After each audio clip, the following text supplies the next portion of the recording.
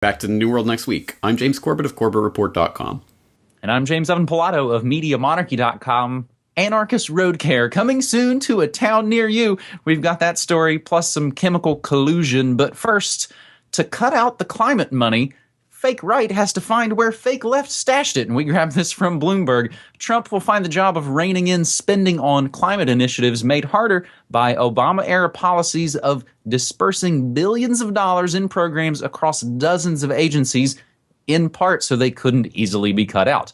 There is no single list of those programs or their cost because Obama sought to integrate climate programs into everything the federal government did.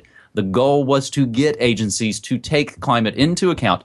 I'm sorry, I misspoke. The goal was to get all agencies to take climate into account and also make those programs hard to disentangle. According to former members of the administration, in some cases, the idea was to make climate programs hard for Republicans in Congress to even find. Much of the effort in the Obama administration was to mainstream climate change, says Jesse Keenan, who worked on climate issues at HUD and now teaches at Harvard.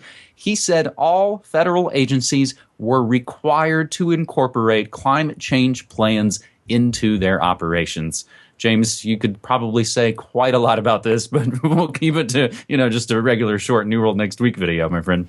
Yes, well, it shouldn't really be surprising that the tens of billions of dollars that have already been pumped into this scam and the hundreds of billions more are already baked into the cake and hardwired and hidden in various branches of the government so that they cannot be disentangled because, of course, everything relates to climate change these days, right, guys? So if you thought that just a flipping of the switch from D to R or the flipping of the puppet was going to make a fundamental difference to this steal from the poor, give to the rich eugenics 2.0 scam that is the great climate swindle, I'm afraid that's not going to be quite so easy. And this isn't just about the government funding, although that's obviously a huge portion of it, but this is ultimately about the direction of tens of trillions of dollars in the global economy over the coming decades. And there are people who have a lot to gain from this scam continuing, which is why it will be exceptionally difficult to weed it out. It has to be attacked at its root. And on that note, I will direct people back to my conversation that I had yesterday with Dr. Judith Curry, where we were talking about climate modeling and about the fundamental central question of this climate change debate, equilibrium climate sensitivity, that, oh, by the way, just happens to be much lower than the IPCC used to say. And now they've revised that to an even lower estimate, and all signs point to the fact that in the next assessment report, they're going to have to revise that even lower. So, yes, no, doomsday is not coming, but they're still going to try to charge you for it and make you feel guilty for existing and breathing, and they're going to find a way to tax it. And that's unfortunately the way it is. We have to fight this with all our might, and anything that the Trump administration can do to actually defund this and get it weeded out of the government will be to the good, but I'm not holding my breath. We'll include a quick related on this first story as we're sort of talking about the swamp, the ever-filling swamp. EPA director, or rather EPA deputy, accused of working with Monsanto to kill the glyphosate cancer study. Damn that Trump. Oh, wait, this story goes back to April 2015. Womp womp. Again, the ability or the attempts to try and paint it as a left or a right thing just doesn't work at all when you scratch below the surface. And in addition, James, to not only that Curry interview you did, also in your recent newsletter, you mentioned Satan on trial in the editorial in your last week's newsletter. So we'll include all of that in the show notes, just like we include everything that we say, always in the show notes. They'll always be down there so you can get the links, you can get the stories, and continue the research for yourself. And our next story this week on episode 302 of New World Next Week shows the next step in the next world order. And we get it via Ars Technica, a new bill that is quietly moving through the House. H.R. 1313 would allow companies to strong-arm their employees into taking genetic tests and then sharing the data with unregulated third parties as well as, of course, the employer. Employees that resist could face penalties of thousands of dollars. In the past, such personal information has been protected by the Genetic Information Non-Discrimination Act, GINA, which shields people from DNA-based discrimination. But this new bill, H.R. 1313, gets around this by allowing genetic testing to be a part of company wellness programs. Wellness being just one of the most popular words of the last decade. Company wellness programs, which often involve filling out health surveys and undergoing screenings, are pitched as a way to improve employee health and reduce overall healthcare costs. But research has shown that they have a little effect on employee health and actually end up costing companies more money. Still, they may survive as a way to push healthcare costs onto employees, because that's the name of the game. All of these, it's the giant tax grid. Even though the story's changed, it's still a lot about the tax grid. They may survive as a way to, of course, they give all the bad stuff to us and they take all the good stuff, is the simple way to put it. But as Ars Technica's reported before, companies use financial incentives to get employees to participate in these wellness programs. Under Obamacare, the incentives can include all sorts of rewards and compensations, the carrot, if you will. However, people who don't want to participate get the stick. You can pay up to 60% more on employer-sponsored insurance premiums, yet employee participation in these wellness programs, James, is still considered voluntary. Considered voluntary. But yes, this is clearly a part of a social engineering towards the Gattaca society where your genetic information is not private. It is part of your health record. And that is coming, and this is just one step toward it.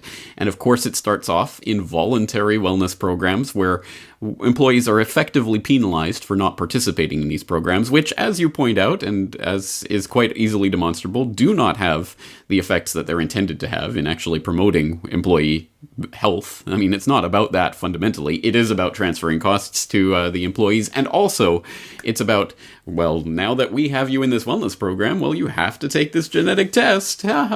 So there are multiple layers to this story, and it really gets disturbing the more you know about the actual history of things like the Eugenics Record Office and the people like Charles Davenport, whose life mission was to try to categorize and get as much information about the family lineages of different people so he could sort out the best stock and eliminate the weeds and all of this. This has been the obsession of the billionaires who have been in charge of this planet for the past century and a half at the very least, and it will continue to be. It has not gone away. This is the next stage of eugenics. It's just going to get even crazier from here. And guess what, guys? It's a big club, and you ain't in it. The people with their hands on the levers of power do not consider you and your family good enough to be living on this planet. They want to see you eliminated from the gene pool. That's what this is ultimately about. It's a very, very scary story when you really start to put that history into it, which is exactly why that's what I'm going to be writing about in this weekend's newsletter, so please stay tuned for that. I've seen this actually probably at the last couple of regular jobs that I had, from the cool hippie organic grocery store here in Portland, also to just the commercial radio station. It all starts out as sort of bike to work challenges and fitness contests between your coworkers, things that can actually be motivators to get you off your butt and exercise, fun to challenge yourself and your coworkers or friends. But as you're just saying, it gets darker and darker. I tried to kind of explain this. I briefly covered this story this morning on the Morning Monarchy.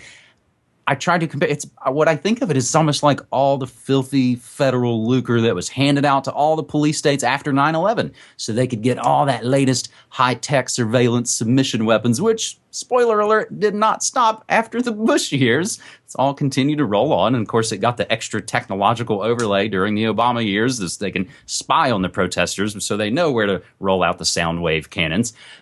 This is basically the disease industry version of that, but instead of it being Boeing and Lockheed, it's Kaiser and Pfizer and the rest of the whole chemical food pharma cartel, which again, if you do that research, you'll find a lot of those same figures and a lot of the same families and a lot of the same bloodlines that have been pushing this for a long, long time.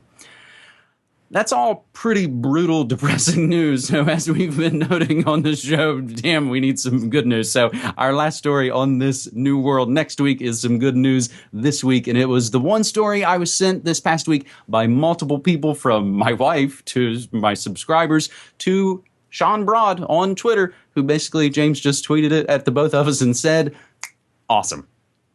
Need a pothole fixed? Maybe a Portland anarchist can help. This via our city's own Portland Mercury new Facebook page has appeared, touting the handiwork of Portland Anarchist Road Care Park. an organization who claims to be taking the state of the roads of PDX into the hands of the people, PDX being Portland's airport code and sort of the city nickname. Facebook's page says, quote, because we believe in building community solutions to the issues we face outside of the state, because society portrays anarchists as only breaking windows and blocking roads, because when faced with anarchism as a political theory, statists often ask, but who will fix the roads? Because the city of Portland refuses to adequately repair roads in a timely manner. We are Portland Anarchist Road Care. We believe in community-oriented direct action. We believe the state cares more about funding a militarized police force to suppress free speech than caring for and repairing the roads. Portland Anarchist Road Care aims to mobilize crews throughout our city and our neighborhoods to patch our streets, build community, and continue to find solutions to community problems outside the state, end quote. Portland Anarchist Road Care says they've already patched 5 potholes and are monitoring the patches to make sure they hold up. And the Mercury closes by saying it won't be easy, but their hope is to turn the public perception of anarchism from essentially smartphone-using, anonymous mask-wearing, flag-burning schmucks to pneumatic drill-using, protective goggle-wearing, road-fixing heroes, James. This story is pretty good. There's some hate in the comment section of this story on the Portland Mercury, but this made your day, didn't it? Oh, this potentially made my year. In fact, I don't recall, so I might be going on a limb here, but I believe my New World Next Year prediction for the trend for 2016 was something along these lines, building community rather than conspiracy, right? So this has been my vision for a long time, and I've tried to articulate this a few times, and no one seems interested in it, but this, for me, is the way forward. Who cares? No one cares if you're out waving your flags, being angry at people and screaming about how much everything sucks and how everything's against you and I'm the poor helpless victim and oh, woe is me. I don't care. Fundamentally, I don't care. I want to see people taking direct community action and doing things that they can do, taking action, taking things into their own hands and doing things. And doing it, sure. I mean, hey, anarchists dressed in black masks doing this, fixing roads rather than smashing windows. It's such a no-brainer that this is the way forward. And can you imagine 9/11 truthers, rather than, raging and just being angry at people on the internet, going out there and, giving people soup and bread in a soup line or something, contributing to the community. Who are you more likely going to listen to? Someone who's just raging and ranting and screw the world, I hate you, I hate everything, I hate everyone who doesn't agree with me, or someone who's out there trying to help and build a better community? It's absolutely a no-brainer to me. That's why I so love this idea, and I will promote the hell out of anyone who is doing this anywhere in the world. So please send me these types of stories when you see them pop up. And people will be able to find the links to the Facebook page. I think they actually also have an email address as well. And again, this idea, there's no monopoly on this here. As we talk about a lot on these shows, it's a lot about the ideas, the memes, the mind viruses that are unstoppable. So it's good to have a little bit more good news as we wrap up this New World Next Week episode. And I will wrap it up by saying, as we usually do, we are independent, non-commercial, alternative media. James, you and I have both been reminding folks lately, you've never seen an ad, you've never seen a pre-roll, any of that stuff in any of our work in all the years that we've been doing this. So we ask that people, if they find this valuable and if they can, to support our work, Patreon being a great way to do that. And there you go. All right, I think we're going to leave it there. So it's good to end on a good news week story again. Anyway, we'll be back at it again next week. Thank you for the 3 stories, James. Thanks, buddy. Take care.